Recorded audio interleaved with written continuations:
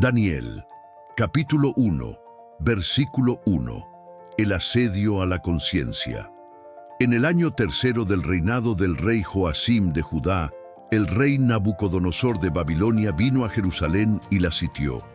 La historia de la guerra espiritual inicia en el año tercero, un punto de madurez o juicio dentro del ciclo de la conciencia. El reinado de Joacim representa la conciencia comprometida que gobierna bajo la idolatría externa, atrayendo el juicio al someterse a lo material.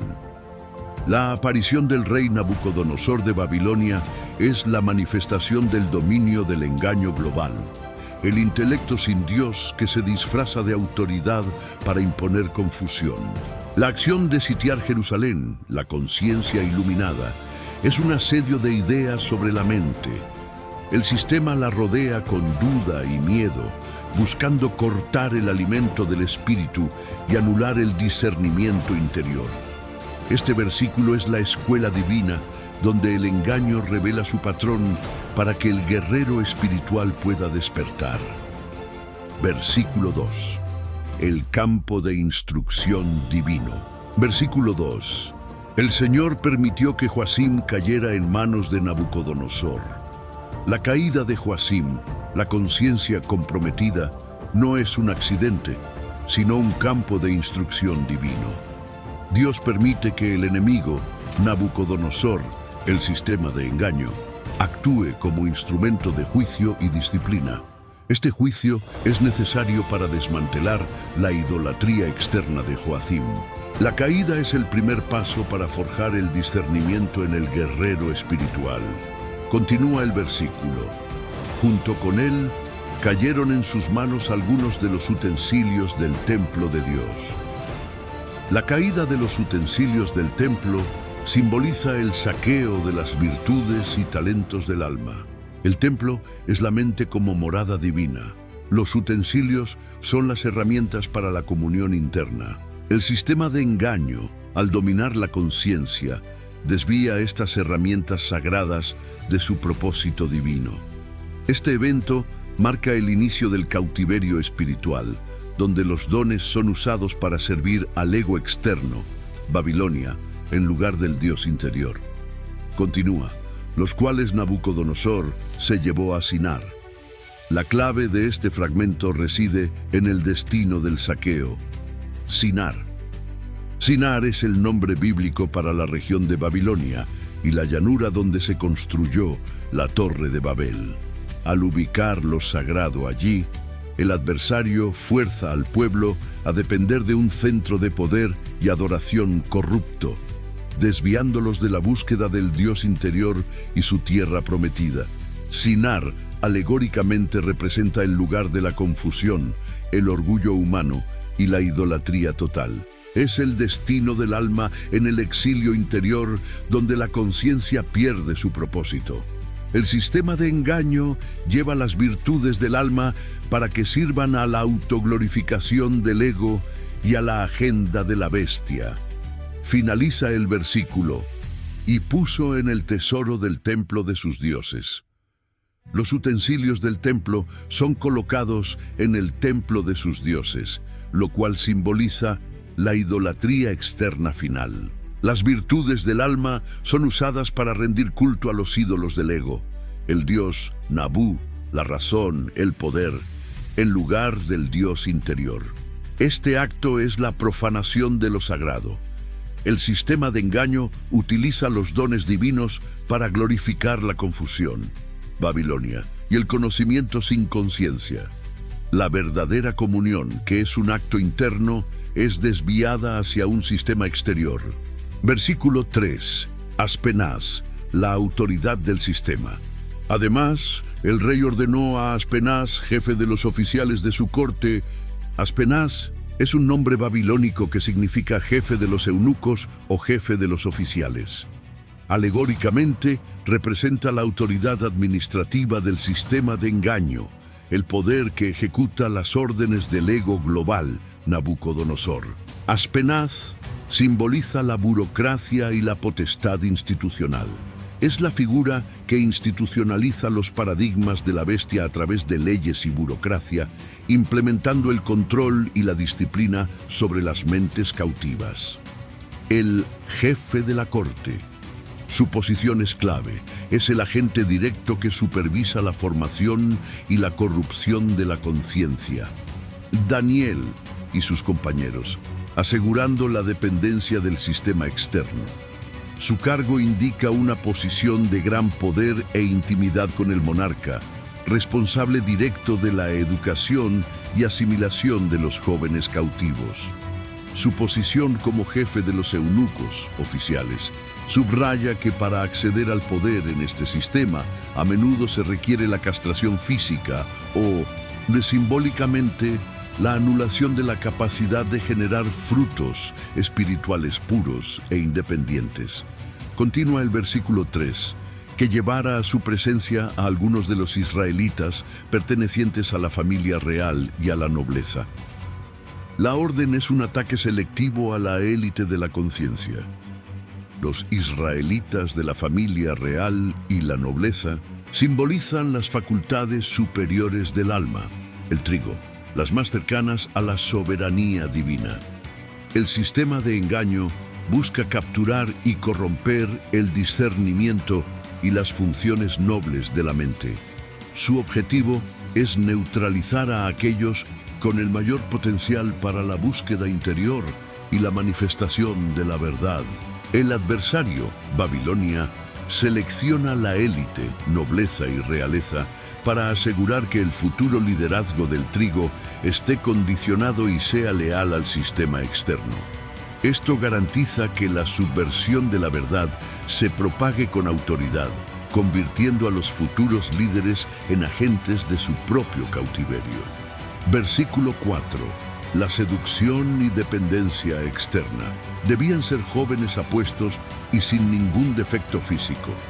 Esta directriz es la creación de un sistema de dependencia externa basado en la apariencia, una forma de seducción que disfraza la corrupción. El adversario valora lo externo, belleza y perfección física, sobre la transformación interior y la virtud espiritual. El sistema de engaño exige los intelectos más puros y capaces. Al requerir estos atributos, se enseña que el favor y el poder se obtienen a través de las condiciones del mundo y de la carne, no del espíritu, afianzando la esclavitud al sistema. El fruto de esta ideología es la esclavitud bajo un manto de privilegio, donde la belleza y la aptitud son usadas para servir al opresor, no para la libertad. Continúa el versículo 4, que tuvieran aptitudes para aprender de todo y que actuaran con sensatez. La cizaña busca los intelectos más capaces y versátiles, aptitudes para aprender de todo, no para la verdad, sino para su sistema de dominio. Exigen una sensatez que es puramente racional y terrenal, sin conexión con el espíritu. Estas cualidades no se usan para buscar la verdad que libera, sino para digerir y legitimar la ideología y el dogma corrupto de Babilonia, otro evangelio. Fruto de la esclavitud. Se crea una dependencia externa donde la inteligencia se convierte en la cadena que ata, convencida de que el conocimiento del sistema, la cizaña, es la verdadera sabiduría, resultando en esclavitud mental. Sigue el versículo 4. Jóvenes sabios y aptos para el servicio en el palacio real. Este fragmento ejemplifica la subversión de la verdad a través de la cooptación de la élite. La cizaña coopta los dones más altos, sabios y aptos, y los pone al servicio del palacio, el poder corrupto. Esto crea un sistema de dependencia externa, donde la excelencia solo existe para glorificar y mantener al adversario. Se desvía la verdadera sabiduría, cuyo fruto es la libertad y el Dios interior, hacia la esclavitud institucionalizada. La mente brillante se convierte en la cadena que ata al trigo, al dogma de Babilonia. La meta no es la verdad, sino el servicio en el palacio real. donde el discernimiento y las capacidades nobles del alma son puestas al servicio de la idolatría externa. La cizaña desvía la función divina del alma hacia la matriz terrenal. Finaliza el versículo, a los cuales Aspenaz debía enseñarles la lengua y la literatura de los babilonios. Esta es la clave de la programación mental y la subversión de la palabra. Aspenaz, la burocracia, la parte visible del gobierno global, debe enseñar la lengua y literatura de Babilonia, la confusión y el engaño. Alegóricamente, esto significa que el sistema sustituye la palabra de Dios, la espada, con el lenguaje y la narrativa del ego global. La conciencia es adoctrinada con la filosofía del sistema, asegurando que su pensamiento y expresión solo sirvan a la idolatría externa. Esto define un patrón de la dependencia externa mediante la reeducación forzosa. Imponer la lengua y literatura de los babilonios es la táctica de borrar la identidad y el lenguaje sagrado, desconectando a los jóvenes de la raíz de su fe. Dogma en lugar de revelación. La nueva educación es la cizaña sembrada, el conocimiento externo que sustituye la búsqueda del Dios interior. Se obliga a depender de la ideología babilónica, el dogma, para interactuar con el mundo. El fruto es la asimilación. La meta es que, al pensar en la lengua del adversario, el trigo acepte la esclavitud mental como sabiduría, asegurando que los futuros líderes sirvan a la autoridad corrupta. Versículo 5. El alimento del sistema y su ciclo de adoctrinamiento. El rey les asignó raciones diarias de la comida y del vino que se servía en la mesa real. La comida y el vino de la mesa real simbolizan el alimento espiritual envenenado del sistema de engaño, representan las ideologías, placeres y dogmas externos que contaminan la conciencia. La asignación diaria garantiza una dependencia continua del sistema, desviando al alma de la verdadera palabra de Dios y el Espíritu. Este es el patrón de la idolatría externa que busca sustituir el sustento divino por el material y el carnal. El adversario utiliza el alimento de la mesa real para seducir, forzando una comunión ritual que contamina. Al aceptar la ración, el trigo queda simbólicamente en deuda con el sistema. El objetivo es forzar la aceptación de la esclavitud, no por la fuerza, sino a través del hábito y el favor del rey, haciendo que la transgresión se sienta como privilegio.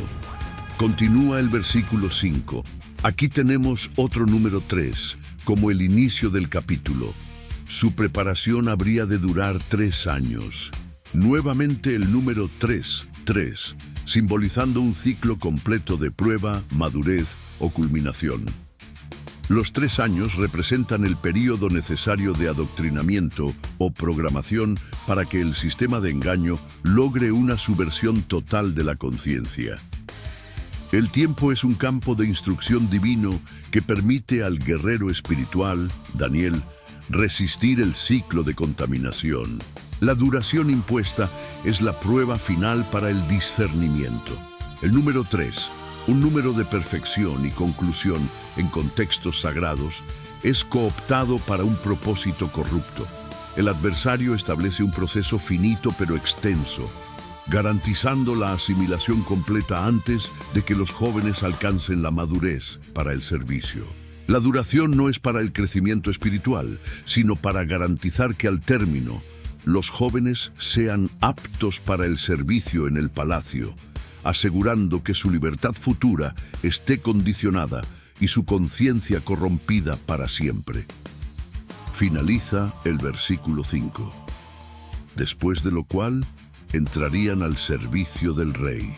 El objetivo final de la programación es la esclavitud total del alma al ego global, el rey Nabucodonosor. Después del ciclo de adoctrinamiento, 3 años, la conciencia está lista para el servicio. El propósito de todo el proceso de asimilación educación, comida, cambio de nombre, es el servicio al rey. Los jóvenes, destinados a la conexión con el Dios interior y a liderar a su pueblo, ahora se convierten en engranajes de la maquinaria que los cautivó. Coacción final. La cizaña se asegura de que la libertad se obtenga únicamente a través de la obediencia y la lealtad total al dogma y la autoridad corrupta, sellando el pacto de esclavitud externa. Versículo 6. Los 4 jóvenes y los 4 seres vivientes. Entre estos jóvenes se encontraban Daniel, Ananías, Misael y Azarías. Este versículo es el principal motivo de hacer este video. Estos 4 chicos y sus nombres nos dan una gran clave y una demostración más de que la palabra tiene muchas más dimensiones que las oficiales teológicas. Es una palabra eficaz, eterna y verdadera. El cielo y la tierra pasarán, mas su palabra no pasará. Arriesgando un poco en el análisis, intentaré asociar a estos 4 jóvenes con los 4 seres vivientes que forman los 4 aspectos de la humanidad que aparecen en Apocalipsis. Veamos estos jóvenes más de cerca. Si analizamos significado y raíz hebrea, tenemos Daniel, significa Dios es mi juez. Representa el discernimiento, la verdad absoluta y la convicción de que el juicio solo pertenece a la fuente interior. Es el guerrero espiritual. Confrontado con los seres vivientes, sería el rostro humano. Daniel es el que pone por escrito, usa la inteligencia y ejerce el juicio moral. Su figura encarna la humanidad redimida que piensa con la mente de Cristo. Ananías significa Yahvé ha sido bondadoso. Representa la conciencia de la gracia, la fe en la bondad y la misericordia de Dios. Es la parte del alma que depende del favor divino, no de las obras o el sistema. Lo podríamos relacionar con el león. Es la fuerza y el coraje que no se doblega ante la fuerza bruta del sistema. El sistema del engaño parece un león, pero su piel es de leopardo, de camuflaje. El coraje de este león nace de la fe en la gracia. En el significado de Ananías, Yahvé ha sido bondadoso. Misael significa ¿quién es lo que es Dios? Representa la humildad y la búsqueda constante de la verdadera soberanía de Dios. Es la conciencia de la pregunta y la identidad. Es la negación de la idolatría del ego. Misael lo podríamos emparejar con el águila de los seres vivientes, representaría la visión y la trascendencia. ¿Quién es Dios? Encarna la búsqueda incesante y la visión elevada que niega la idolatría del ego. Azarías significa Yahvé ha ayudado. Es la conciencia de la ayuda y el poder del sacrificio. Representa la fuerza y la dependencia en la ayuda activa de Dios para la supervivencia y la victoria en la batalla. Su parte animal vendría representado por el buey, el servicio y la fuerza para el sacrificio. Azarías, ayuda de Dios, encarna la fuerza de la voluntad para resistir la contaminación y el servicio fiel. Es el poder del alma para el trabajo espiritual. Con esto podemos ver que no son 4 simples chicos, sino las cualidades de la conciencia purificada que el adversario busca capturar y corromper, representando los 4 pilares de la soberanía del espíritu dentro del ser humano. El sistema de engaño, Babilonia, no solo busca la esclavitud física, sino la anulación de estas 4 facultades divinas. Daniel, el hombre discernimiento, anular la capacidad de la mente para juzgar la verdad. Dios es mi juez. Ananías, el león, coraje. Anular la fe y la fuerza para resistir el sistema, convirtiendo el coraje en miedo. Yahvé ha sido bondadoso.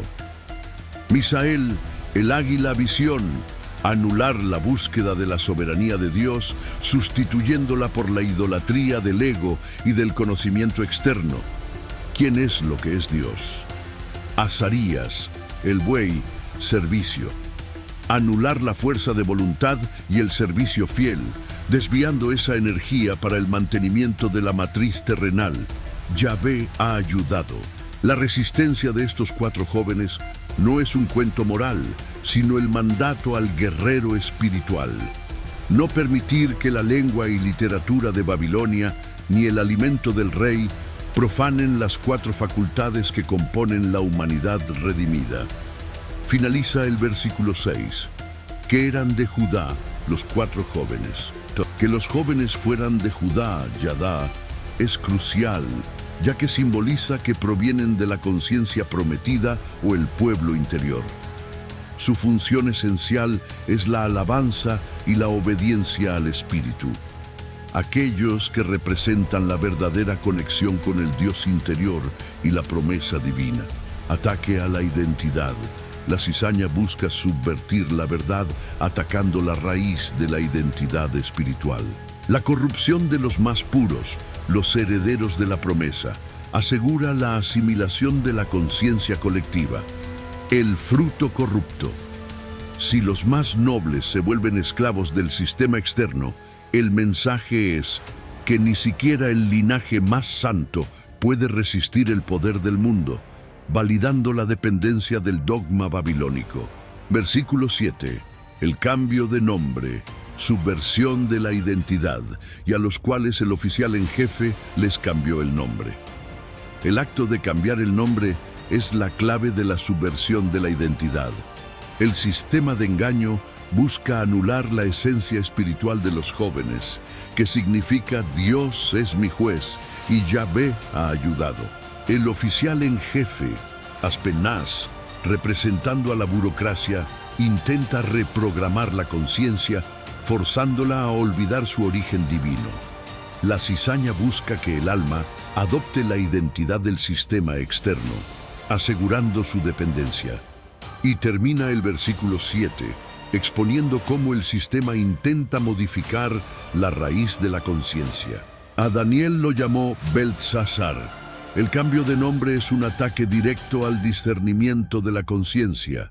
El nombre original, Daniel, Dios es mi juez, es reemplazado por Beltsasar. Bel protege al rey. El adversario intenta reemplazar la esencia de Daniel. La cizaña intenta que el guerrero espiritual olvide su juicio interior y se someta al dios ídolo de Babilonia, el ego y la idolatría externa.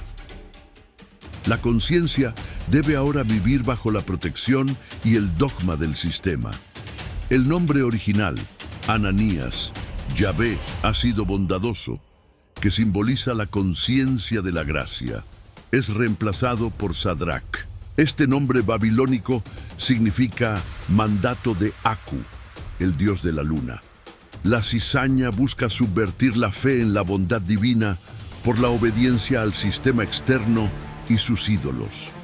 El alma es adoctrinada para que su sustento provenga del dogma y la ley ritual del sistema de engaño, no del favor inmerecido de Dios. El nombre original, Misael, ¿quién es lo que es Dios?, que simboliza la conciencia de la identidad y la búsqueda de Dios, es reemplazado por Mesac, quien es como Aku. El sistema de engaño busca anular la humildad y la búsqueda de la verdadera soberanía divina, sustituyéndola por la idolatría del ego y de los ídolos de Babilonia. El alma es forzada a preguntar, ¿quién es como el sistema?, en lugar de ¿quién es como Dios? El nombre original, Azarías, Yahvé ha ayudado, que simboliza la conciencia del poder y la ayuda de Dios, es reemplazado por Abednego, siervo de Nego o siervo de Nebo. La cizaña busca subvertir la dependencia en Dios por la esclavitud al ídolo del sistema. El alma es forzada a creer que la verdadera fuerza y victoria solo provienen del servicio al intelecto sin conciencia, Nabú, la base del engaño de Babilonia. Conclusión: el desvelamiento de la Matrix de Babilonia. Hasta aquí la primera parte del capítulo 1 de Daniel, que describe el proceso de la captura, adoctrinamiento y subversión de la identidad. Esta primera parte es el desvelamiento de la matrix de control de Babilonia sobre la conciencia individual. Nos revela un mapa de la guerra espiritual, como la lucha por el control de la mente en una serie de pasos que pasan por el juicio y la caída. Versículos 1 y 2.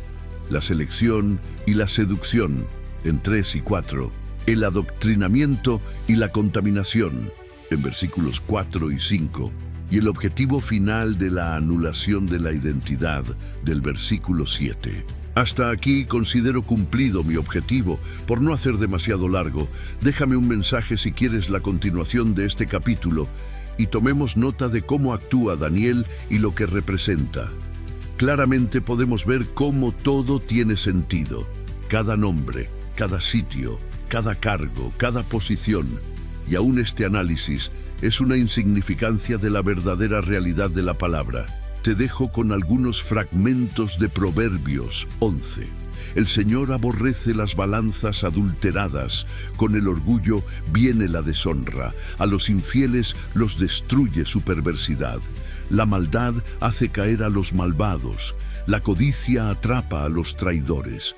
Con la boca el impío destruye a su prójimo. Cuando los malvados perecen hay gran regocijo. El falto de juicio desprecia a su prójimo, pero el entendido refrena su lengua. Amén.